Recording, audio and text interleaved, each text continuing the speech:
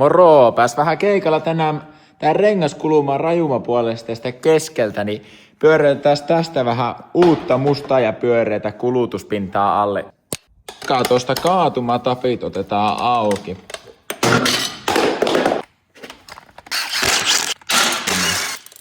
Sitten jarrut lähtee täältä. Tingit tekee. Tuosta kun kannatellaan, niin lähtee sujautetaan se. Tää vaan. Sitten renkaat mukkahan ja äännetään ne pois.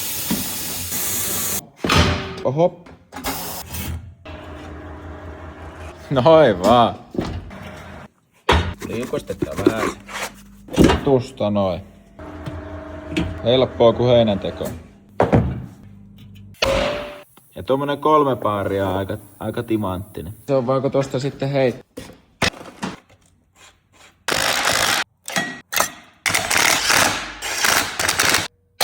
Piit kiinni ja vetoja. No nyt on pyöriä. Perhana, se meni väärtepäin. No ei vaineskaan.